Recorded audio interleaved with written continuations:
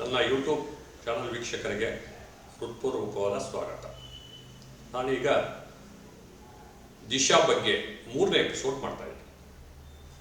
ಈಗ ದಿಶಾ ಪಕ್ಕ ಆಗಬೇಕು ಅಂದ್ರೆ ನಾನು ಹಿಂದೆ ಹೇಳಿದೆ, ಯುಟಿಲೈಸೇಷನ್ ಸರ್ಟಿಫಿಕೇಟಲ್ಲಿ ಮೀಟಿಂಗಲ್ಲಿ ಚರ್ಚೆ ಮಾಡಿದರೆ ಎಲ್ಲ ಅಧಿಕಾರಿಗಳು ಬರ್ತಾರೆ, ಅದು ದುಡ್ಡು ಎಷ್ಟು ಬಂತು ಎಷ್ಟು ಹೋತು ಅಂತ ಮೀಟಿಂಗ್ ಆಗಿ ಕರೆಕ್ಟಾಗಿ ಮೀಟಿಂಗ್ ನಡೀತಾ ಇರ್ತವೆ. ಎಲ್ಲ MP ಗಳು ಮೀಟಿಂಗ್ ಮಾಡ್ತಾರೆ, ಎಲ್ಲ ರಾಜ್ಯದ ಮುಖ್ಯಮಂತ್ರಿಗಳು ಮೀಟಿಂಗ್ ಮಾಡ್ತಾರೆ ಅಂತ.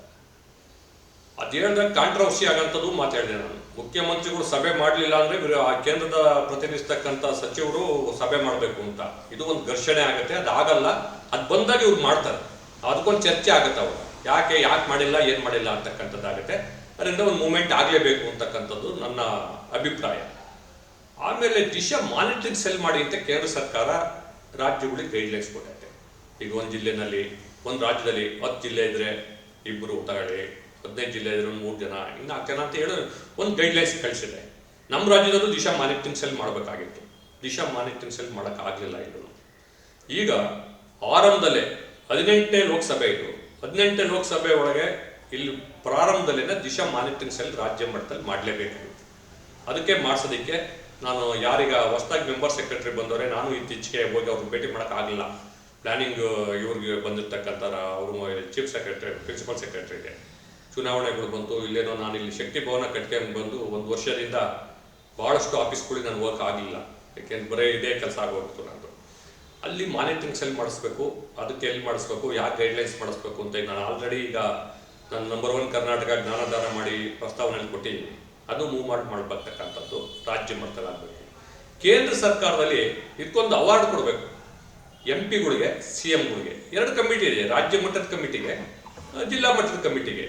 ಯಾರು ಎಷ್ಟು ಕೆಲಸ ಮಾಡಿದೆ ಅವ್ರಿಗೆ ರ್ಯಾಂಕಿಂಗ್ ಕೊಟ್ಟು, ಯಾವ ಪಾಯಿಂಟ್ಸ್ಗಳು ಮಾಡಿ, ಎಷ್ಟು ಮೀಟಿಂಗ್ಗಳು ಮಾಡಿದರೆ, ಯಾವ ಸಬ್ಜೆಕ್ಟ್ಗಳು ಬಂದರೆ, ಯಾವ ಯೋಜನೆಗಳು ಬಂದರೆ, ಯೋಜನೆವಾರು, ಸಬ್ಜೆಕ್ಟ್ವಾರು, ಮೀಟಿಂಗ್ ಅಜೆಂಡಾವಾರು ಬಟ್ ರ್ಯಾಂಕಿಂಗ್ ನಂಬರ್ ಕೊಟ್ಬಿಟ್ಟು ಅವ್ರಿಗೆ ರ್ಯಾಂಕಿಂಗ್ ಮಾಡ್ತಕ್ಕಂಥದ್ದು, ಒಂದು ಅವಾರ್ಡ್ ಕೊಡ್ತಕ್ಕಂಥ ಕೆಲಸ ಮಾಡಬೇಕು ಅಂತ ಕೇಂದ್ರ ಸರ್ಕಾರದಲ್ಲಿ ನಾನು ಉನ್ನತ ಮಟ್ಟದ ಅಧಿಕಾರಿಗಳ ಜೊತೆ ಡೆಲ್ಲಿಗೆ ಹೋದಾಗ ನಾನು ಚರ್ಚೆ ಮಾಡ್ತೀನಿ. ಅದಾದ್ರೆ ಏನಾಗುತ್ತೆ ಅಂದರೆ ಒಂದು ಆಕ್ಟಿವೇಟ್ ಆಗಿಬಿಡ್ತಾರೆ. ಅವಾಗ ಮರ್ಯಾದೆಗೆ ಹೋಗ್ಬಿಡ್ತೈತೆ ಇಲ್ಲ ಅಂತ ಅದನ್ನು ಪಬ್ಲಿಕ್ಸಿಗೆ ಬಿಡಬೇಕಾಗುತ್ತೆ. ಅದ್ರ ಜೊತೆಗೆ ದಿಶಾ ಸ್ಥಾಪನೆ ಅವ್ರು ಏನು ಮಾಡಿರೋ ಅದೊಂದು ಫೌಂಡೇಶನ್ ಡೇ ಮಾಡಬೇಕು. ಕೇಂದ್ರ ಸರ್ಕಾರ ಮಾಡ್ತಾರೆ.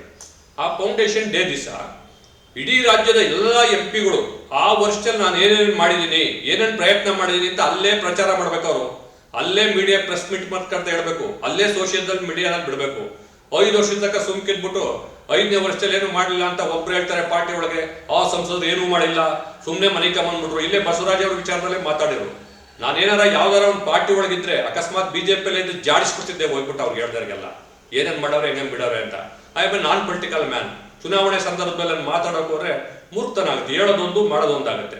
ನಾನು ಸರ್ವಪಕ್ಷ, ಯಾವುದೇ ಜಾತಿ ಇಲ್ಲ ಅಂತ ಹೇಳ್ಬಿಟ್ಟು ಒಂದು ಪಕ್ಷ, ಯಾವುದೇ ಪಕ್ಷಕ್ಕೆ ಹೋಗ್ತಾ ಇಲ್ಲ, ನಾನು ಯಾವುದೇ ಜಾತಿ ಮಾಡ್ತಾ ಇಲ್ಲ ಅಂತ ಹೇಳಿ ಒಂದು ಪಕ್ಷದ ಒಂದು ಚುನಾವಣೆ ಪ್ರಚಾರದಲ್ಲಿ ಹೋಗಿ ನಾನು ಮಾತಾಡಿದೆ ಅಂತಂದ್ರೆ ನಾನು ನನ್ನ ಮನಸ್ಸಿಗೆ ಅಡ್ಡ ಬರುತ್ತೆ. ನಾನು ಮಾತಾಡಲಿಲ್ಲ. ನನಗೆ ಬಹಳ ಜನ ಮಾತಾಡಿರು ಹೇಳಿ ಅಂತ. ನನಗೆ ಚುನಾವಣೆ ಸಮಯ ಆಗಿದ್ರಿಂದ ನಾನು ಹೇಳಕ್ಕಾಗಲ್ಲಪ್ಪ. ನಾವೇನೇ ನಮಗೆ ಸೋಮಣ್ಣವ್ರು ಎಷ್ಟೇ ಆತ್ಮೀಯರಾಗಿದ್ರು ನಾನು ಪಕ್ಷದ ಪರವಾಗಿ ಆಗಲಿ ಇನ್ನೊಂದಾಗಲಿ ಮಾತಾಡೋಕ್ಕಾಗಲ್ಲ, ಮಾತಾಡಬಾರ್ದು. ನನಗೆ ಬೈಂಡಿಂಗ್ ಇದೆ. ನನಗೆ ಡೋಲಾಯಮಾನ ಹೇಳೋದೊಂದು ಮಾಡೋದೊಂದು ಮಾಡೋಕ್ಕಾಗಲ್ಲ. ಮೊದಲಿಂದಲೂ ನನಗೆ ಅದು ಒಂದು ಕಮಿಟ್ಮೆಂಟ್ ಬಂದ್ಬಿಡೈತೆ. ಅದರಿಂದ ನಾನು ಮಾತಾಡೋಕ್ಕಾಗಲಿಲ್ಲ. ಚುನಾವಣೆ ಆದ ನಂತರ ಇನ್ನು ರಿಸಲ್ಟ್ ಬರೋಕ್ಕಿಂತ ಮೊದಲೇ ಬಸವರಾಜ್ ಅವ್ರ ಜೊತೆ ಒಂದು ಪ್ರೆಸ್ ಮೀಟ್ ಮಾಡೋಣ ಸರ್ ಅಂತ ಹೇಳಿ ನಾನು ಮಾಡಿದೆ. ಅವರು ನೋಡ ನೀನು ಅವಾಗಲೇ ಮಾಡ್ಬೇಕಾಯ್ತು ಅಂತ ಜನ ಹೇಳ್ತಾ ಇದ್ರು. ಎಲ್ಲ ಅವಾಗ ನೀವು ಮಾಡ್ಬೇಕಾಯ್ತು, ನಾನು ಮಾಡಬಾರ್ದು, ನಾನು ಮಾಡಿದ ತಪ್ಪಾಗುತ್ತೆ ಸರ್, ಈಗ ಮಾಡೋಣ ಅಂತೇಳಿ ಈಗ ಬಸವರಾಜ್ ಅವರು ಏನೇನು ಕೆಲಸ ಮಾಡೋರೆ ಅಂತಕ್ಕಂಥದ್ದನ್ನು ನಾನೊಂದು ಡೈರಿ, ಒಂದು ಮ್ಯೂಸಿಯಂ ಅಂದರೆ ಬಸವರಾಜ್ ಅವರು ಒಬ್ಬರದೇ ತಾಂತ ಇಲ್ಲ. ನಾನು ಲೋಕಸಭಾ ಸದಸ್ಯರು ಯಾರು ತುಮಕೂರಲ್ಲಿ ಮಾಜಿ ಲೋಕಸಭಾ ಸದಸ್ಯರಾಗಿದ್ದಾರೆ 1947ಇಂದ. ಗವರ್ನರ್ ಜನರಲ್ ಪೀರಿಯಡ್ ಎಷ್ಟಿತ್ತು, ಆಮೇಲೆ ಯಾರು MP ಗಳಾಗಿದ್ದಾರೆ, ಆ MP ಗಳವ್ರ ಮನೆಯಲ್ಲಿ ಅಥವಾ ಅವ್ರ ಸ್ನೇಹಿತರುಗಳು ಅವ್ರ ಜೊತೆ ಓಡಾಡಿದವರು ಅಥವಾ ಅವ್ರ ಆಪ್ತ ಸಿಬ್ಬಂದಿ ಅವ್ರ ಕಚೇರಿಯಲ್ಲಿ ಕೆಲಸ ಮಾಡಿರೋರು, ಇವ್ರನ್ನೆಲ್ಲ ಹುಡುಕಿ ಏನೇನು ಕೆಲಸ ಮಾಡಿದ್ರು, ಏನೇನು ಇಂಟ್ರೆಸ್ಟ್ ತಗೊಂಡಿರು ಅಂತ ಎಲ್ಲ ಇನ್ಫಾರ್ಮೇಷನ್ಸು ನಾನು ಇಲ್ಲಿ ಇರ್ತೀನಿ. ನಾನು ನಾನ್ ಪೊಲಿಟಿಕಲ್ ಮ್ಯಾನ್ ಅಂತ ಹೇಳಿದಾಗ ನಾನು ಅದು ಮಾಡಲೇಬೇಕಾಗುತ್ತೆ. ಅದನ್ನು ಮಾಡಿದಾಗಲೂ ನನ್ನ ದಾಖಲೆಗಳು ಅವ್ರ ಹತ್ರ ಇಲ್ಲ ಅಂತ ಇಟ್ಕೊಳ್ಳಿ. ಅವ್ರಿಗೆ ಮಾಡಿರು ಅಂದರೆ ನಾನು RTIನಲ್ಲಿ ಬರೆದು ಆ ದಾಖಲೆ ತರಿಸ್ತೀನಿ. ನಾನು ಯಾರು ಲೆಟ್ರ್ ಕೊಟ್ಟರು, ಹೆಂಗಾಯ್ತು, ಅದ್ರಾಟ್ ಕದೆ ಆಯ್ತಾ. ಈ ಯೋಜನೆಗಳು ಕೆಲವು ಅವರಾಟ್ಗೆ ಅವೇ ಬಂದ್ಬಿಡ್ತವೆ, ಕೆಲವು ಪ್ರಯತ್ನದಿಂದ ಬಂದಿರ್ತವೆ. ಅವರಾಟ್ಗೆ ಅವರೇ ಬಂದಾಗ ಯಾವುದೇ MP ಗಳು ಲೆಟ್ರು, ಉಲ್ಲೇಖ, ರೆಫರೆನ್ಸ್ ಇರಲ್ಲ. ಕೆಲಸ MP ಗಳು ಹೇಳಿ ಮಾಡಿದಾಗ ಅಲ್ಲಿ ಉಲ್ಲೇಖ ಬಂದ್ಬಿಡುತ್ತೆ, ಫೈಲಲ್ಲಿ ಲೆಟ್ರ್ ಇರುತ್ತೆ.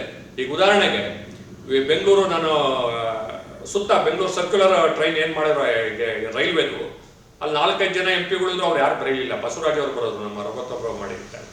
ಅಲ್ಲಿ ಮಾಡಾದ್ಮೇಲೆ ಈಗ ರೆಫರೆನ್ಸ್ ಅಲ್ಲೇ ಬಂದ್ಬಿಡುತ್ತೆ, ತುಮಕೂರು MP GS ಬಸವರಾಜ್ ಅವರ ಲೆಟ್ರ್ ಮೇಲೆ ಆಗಿರೋದು ಅಂತ. ನೋಡಿ ವಂಡರ್ಫುಲ್ ಸ್ಕೀಮು.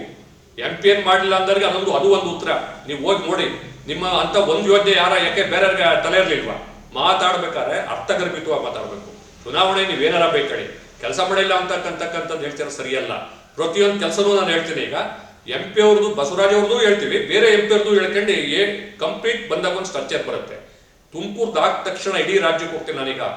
ಇಡೀ ರಾಜ್ಯದ 28 ಜನ MP ಗಳು 1947 ಇಂದ ಏನ್ ಮಾಡೋರೆ ಹೆಂಗ್ ಮಾಡೋರೆ ಅಂತ ಎಲ್ಲ ಸೆಂಟ್ರುಗಳು 545 ಸೆಂಟ್ರುಗಳಲ್ಲಿ ಅವ್ರಿಗೆ ಮೋಟಿವೇಟ್ ಮಾಡಿ ಅವ್ರ ಕಡೆಯಿಂದಲೂ ಮಾಡಿಸಿ ಮ್ಯೂಸಿಯಂ ಅಲ್ಲಿ ದಾಖಲೆ ಇಡಬೇಕು ಅಂತ.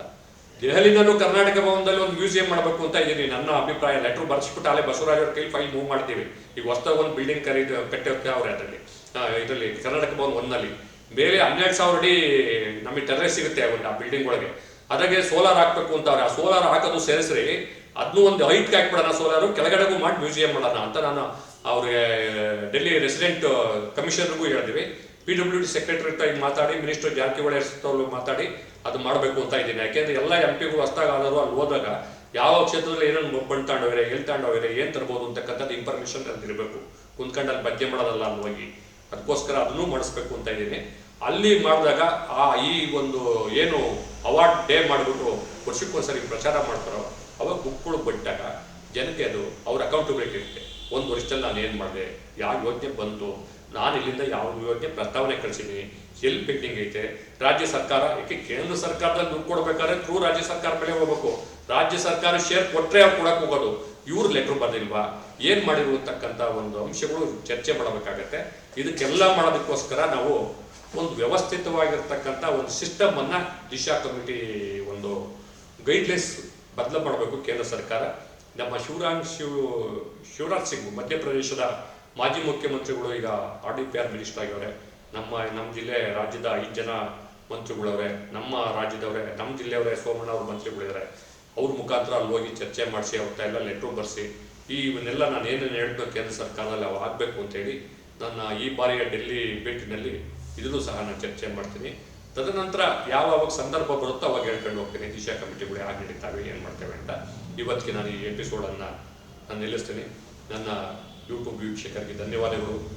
ಸಬ್ಸ್ಕ್ರೈಬ್ ಮಾಡಿ, ಬೆಲ್ ಬಟನ್ ಒತ್ತಿ, ಶೇರ್ ಮಾಡಿ, ಪ್ರೋತ್ಸಾಹ ಮಾಡಿ ಅಂತ ತಮ್ಮನ್ನು ಕೇಳ್ಕೊಂಡು ಮತ್ತೊಮ್ಮೆ ತಮಗೆ ಧನ್ಯವಾದಗಳನ್ನು ಅರ್ಪಿಸಿ ಜೈ ಹಿಂದ್, ಜೈ ಶಕ್ತಿಪೀಠ.